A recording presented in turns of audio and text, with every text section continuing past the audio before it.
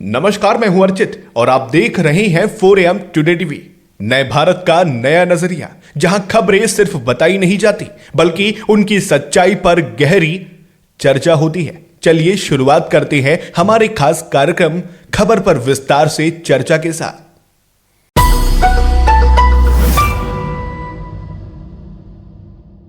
आज हम एक ऐसे बयान पर विस्तार से चर्चा करने जा रहे हैं जिसने राजनीतिक गलियारों से लेकर आम चाय की दुकानों तक बहस छेड़ दी है।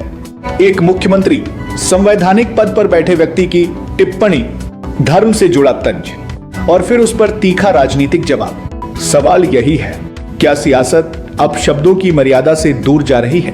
क्या चुनावी माहौल में बयानबाजी की लक्ष्मण रेखा धुंधली होती जा रही है?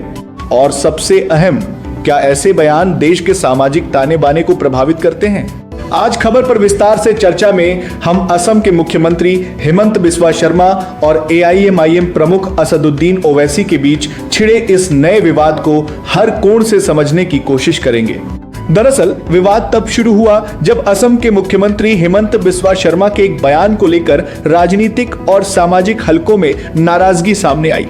उनसे जुड़ा कथित बयान कि अगर कोई मियां रिक्शा वाला 5 रुपए मांगता है तो उसे 4 रुपए देने की बात कही गई। मियाके तो कष्ट দিব গৈছিল নহয়, গতিকে যোনে যেনেকে পাৰে মিয়া কষ্ট দিয়ক না, আপুনিও দিয়ক না। ৰিক্সাত উঠিলে 5 টকা ভাড়া হলে 4 টকা দি দিব। কষ্ট খালেহে অসমৰ পৰা যাব। ৰাতিটো 9টাত গৈছিলে, মইতো কওঁ মিয়াক কষ্ট দিব ৰাতি 12টাতো যাওক ক'ৰবাত যাব খুজিলে। এইবিলাক কোনো ইস্যু টিস্যু নহয়। হিমন্ত বিশ্ব শৰ্মা আৰু বিজেপিয়ে ডাইৰেক্ট মিয়াৰ এগেইনষ্টত আছে।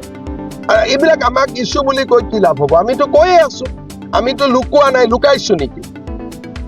আগতে এইবিলাক মানে ভয় কৰিছিলে, অমুক এটা নটিচ গৈ গ'ল, অমুক হৈ গ'ল। এতিয়া ময়ে চবকে এনকাৰেজ কৰো যে কষ্ট দি থাকক। কষ্ট নিদিলে, যোৱাকালি মই চাই আহিছো দুলীয়াজানো গৈ পালেগৈ। কালি মই চাই আহিছো দুলীয়াজানতো গৈ বহিলে, নহয় নহয় বিমত কালি কৈ আছিলে। গতিকে আপোনালোকেও কষ্ট দিয়ক আৰু তেওঁলোকৰ সিম্পেথাইজ নিউজ কৰি নাথাকিব।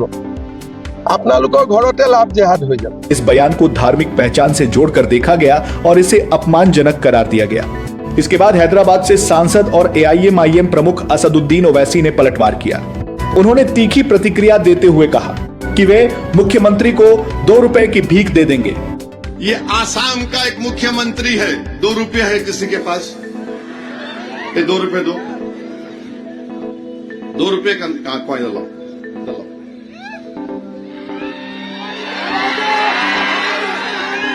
ये 2 रुपये है। आसाम का चीफ मिनिस्टर बोल रहा है कि अगर वहां के मियां मुसलमान ऑटो में किसी को बिठा कर लेकर गए, 5 रुपये अगर ऑटो का किराया तो 4 रुपये दो। हेमंत बिस्वा शर्मा, ये 2 रुपये की भीख तेरे को देता हूं मैं, लेता क्या तू? बोल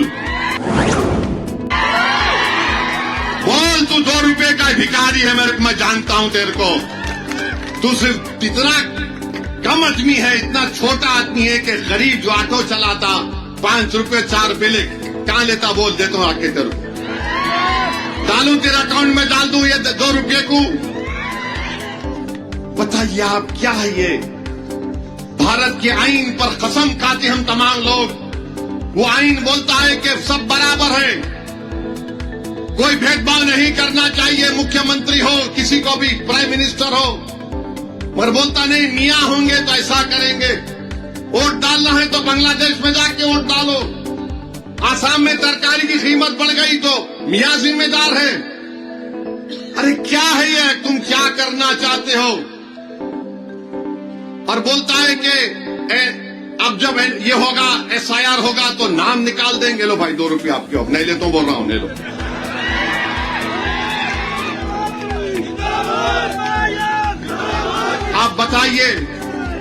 आप बताइए क्या हाल है? फिर इस पर मुख्यमंत्री की तरफ से भी जवाब आया।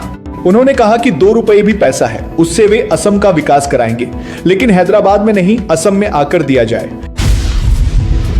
ले लेना 2 रुपया भी तो रुपया है, वो भी दे दीजिए ना, असम का डेवलपमेंट के लिए काम आएगा। लेकिन कहाँ दिया है? मेरा पास आएगा वो पैसा? क्या बोला है कि हिमंत बिस्वा शर्मा को 2 रुपया दूंगा, तो मैं तो लेने के लिए मैं तैयार हूँ। लेकिन जाने में तो खर्चा ज्यादा लग जाएगा मेरा, तो इसीलिए मेरा पास आके वो दे के जाए, मैं ले लूंगा। यहीं से यह मुद्दा केवल बयानबाजी नहीं रहा, बल्कि संवैधानिक मर्यादा, धार्मिक सम्मान और राजनीतिक भाषा की सीमाओं पर राष्ट्रीय बहस बन गया। अब सवाल यह है कि इस तरह के बयान सिर्फ नेताओं तक सीमित रहते हैं या समाज तक भी पहुंचते हैं। भारत जैसे विविधताओं वाले देश में, जहां हर गली में अलग पहचान, अलग आस्था और अलग बोली मिलती है, वहां किसी भी समुदाय को लेकर कही गई बात सीधे जमीनी स्तर पर असर डालती है। रिक्शा चलाने वाला, दिहाड़ी मजदूर, सब्जी बेचने वाला, ये लोग पहले से ही आर्थिक दबाव में हैं। अगर राजनीति में उनकी पहचान को मजाक या तंज का विषय बनाया जाता है, तो इससे सामाजिक दूरी और अविश्वास बढ़ने का खतरा पैदा होता है। यह मुद्दा केवल असम या हैदराबाद तक सीमित नहीं, बल्कि पूरे देश में यह सवाल खड़ा करता है कि सार्वजनिक जीवन में भाषा कितनी जिम्मेदार होनी चाहिए। अगर जमीनी सच्चाई की बात करें, देश के शहरी इलाकों में आज भी लाखों लोग रिक्शा, ई रिक्शा या ठेले के सहारे रोजगार कमाते हैं। महंगाई के इस दौर में 5 या 10 रुपए का फर्क किसी नेता के लिए मामूली हो सकता है, लेकिन मजदूर तबके के लिए यही रकम दिन की चाय, बच्चों की कॉपी या शाम का खाना तय करती है। ग्राउंड रिपोर्टिंग बताती है कि आम लोग अक्सर यही कहते हैं, नेता लड़ते रहेंगे लेकिन असर हमारे रिश्तों पर पड़ता है।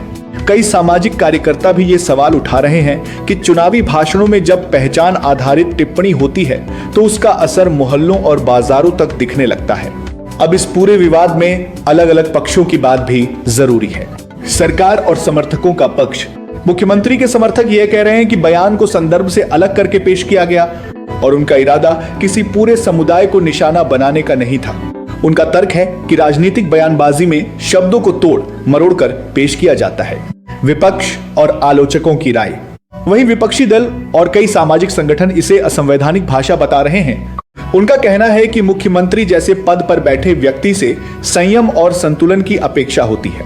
जनता की प्रतिक्रिया। सोशल मीडिया पर लोग दो धड़ों में बांटे दिखे। कुछ मुख्यमंत्री का समर्थन कर रहे हैं तो कुछ इसे देश की एकता के खिलाफ मान रहे हैं। अब जरा उस पहलू पर आते हैं जो आम बुलेटिन में अक्सर छूट जाता है। चुनावी मौसम में बयान अक्सर रणनीति का हिस्सा बन जाते हैं।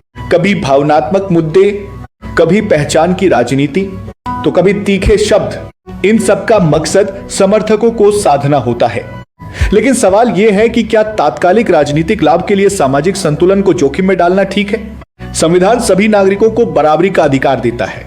किसी भी समुदाय को लेकर टिप्पणी जब सार्वजनिक मंच से आती है तो वह केवल एक वाक्य नहीं रह जाती, वह संदेश बन जाती है। अब आगे क्या हो सकता है? राजनीतिक तौर पर यह मुद्दा और तेज हो सकता है।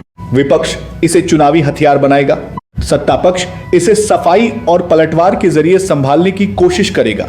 कानूनी स्तर पर भी अगर शिकायतें दर्ज होती हैं तो बयान की भाषा और संदर्भ की जांच हो सकती है। साथ ही प्रशासन के लिए चुनौती यही होगी कि जमीनी स्तर पर किसी तरह का तनाव न पनपे। इस विवाद के कुछ और पहलू भी हैं। कानूनी पहलू।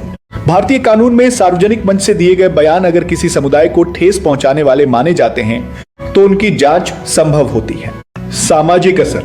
ऐसे विवाद अक्सर सोशल मीडिया से निकलकर मोहल्लों तक पहुंच जाते हैं, जहां अफवाहें और आधी अधूरी बातें माहौल बिगाड़ सकती हैं।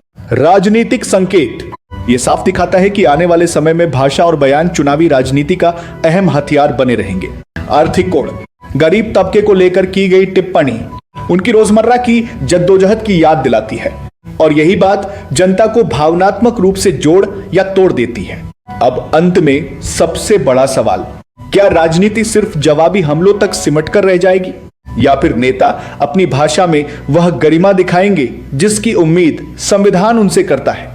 देश को नफरत से नहीं, संवाद से आगे बढ़ने की जरूरत है। लोकतंत्र में बहस होनी चाहिए लेकिन मर्यादा के साथ, आलोचना होनी चाहिए लेकिन सम्मान के साथ। इसी के साथ हमें दीजिए इजाजत।